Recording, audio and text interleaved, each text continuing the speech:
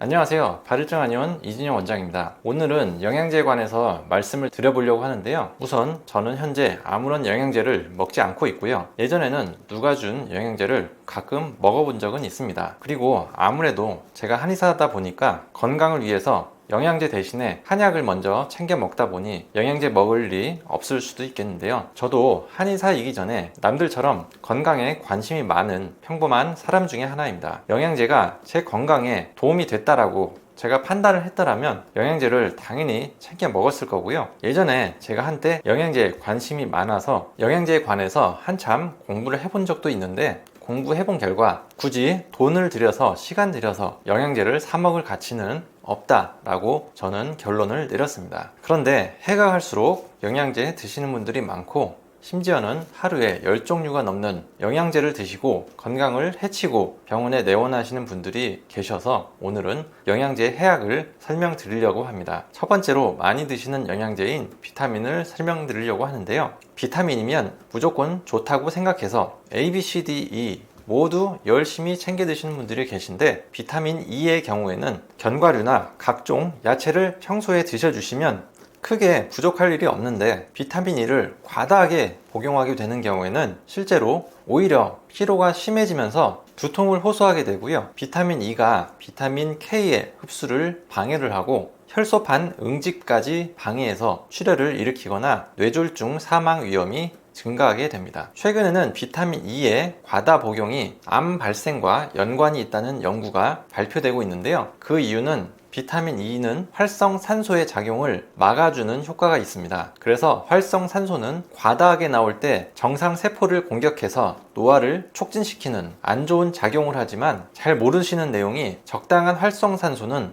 고장난 세포를 죽이거나 암세포도 죽이거나 박테리아를 죽이는 역할을 하는데요. 비타민 E의 과다 복용은 이러한 활성산소의 작용을 과다하게 떨어뜨릴 수 있기 때문에 암세포나 암세포 전 단계에 손상된 세포가 생겼을 때 제거가 안 될 가능성이 높아진다. 그래서 이것은 암세포가 내 몸에서 자랄 수 있는 확률이 높아진다는 거죠. 실제로 2008년에 미국 국립암연구소에서는 비타민 E를 복용 후 전립선 암의 예방 효과는 없으며 오히려 전립선 암의 위험이 높아졌다라고 발표를 했고요. 2014년에는 견과류에 함유된 자연 비타민 E는 암을 예방하지만 영양제로 먹는 비타민 E는 오히려 암을 키울 수 있다라는 연구 결과가 발표됐습니다. 그래서 이 연구에서 결론을 어떻게 내렸냐면, 비타민 E가 부족하면 음식으로 섭취를 해야지 인공 영양제로 비타민을 먹지 말 것을 권고하고 있습니다. 그 다음으로는 콜라겐이 있는데요. 콜라겐은 아무런 효과가 없다는 결론이 내려진 지 꽤 오래되었지만,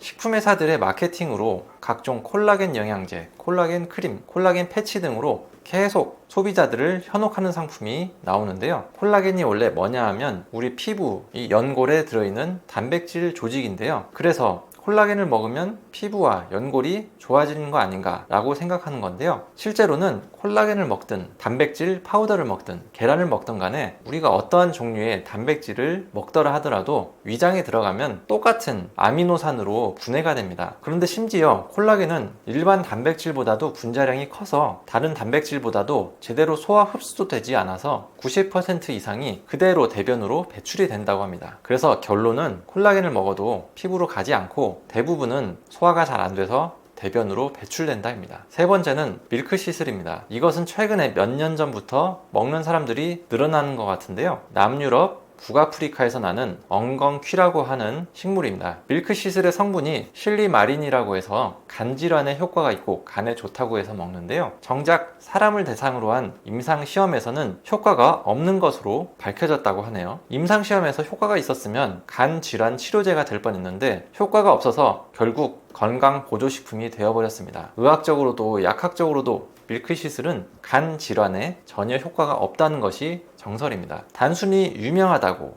많이 홍보한다고, 외국에서 유명하다고 해서 효과가 없는 물질을 쓸데없이 먹어서는 안 되겠습니다. 그리고 한 가지 더 말씀드리면, 건강보조식품 먹는 환자분들 중에 신결석, 요로결석이 생겨서 고생하시는 분들 간간히 보는데요. 요로결석을 말씀드리자면, 결석이라는 돌이 소변이 지나가는 길을 막아서 소변을 보려고 해도 소변을 볼 수가 없고, 결국 그 통증이 너무나 극심해서 죽을 정도의 통증을 호소해서 결국 응급실로 긴급으로 실려가게 되는 질환입니다. 실제로 메가도스 요법이라고 해서 비타민을 권장 섭취량보다 100배, 1000배, 10,000배 이렇게 과용량으로 섭취를 할 경우에 요로결석의 발병 위험이 급격하게 증가한다고 알려져 있고요. 비타민C가 몸 안에서 대사되는 과정에서 만들어지는 옥살산이라는 성분이 바로 요로결석의 주요 성분입니다. 비타민D도 과다 섭취하면 체내 칼슘 성분이 많아지고 결국 그 칼슘이 소변으로 배출되거나 아니면 다른 물질과 결합해서 결석이 만들어져서 결국 결석이 생성될 확률을 높이는 거죠. 플라시보 효과라고 아시죠? 내가 밀크시슬, 콜라겐 같은 거 먹었을 때 효과가 있었어, 컨디션이 좋았어 라고 생각하셨으면 그것은 플라시보 효과라는 걸 아셔야 하고요. 먹어서 효과가 없는데도 꾸준히 먹으면 건강이 좋아지겠지, 아니면 내가 양을 적게 먹었으니까 효과가 안 난 거니까 더 많이 먹어야 효과가 나겠지 하고 무지성으로 영양제를 과량으로 복용하다가는 오히려 건강을 해치고 응급실에 실려가는 상황을 만들 수 있을 거라는 것 꼭 기억해 주세요.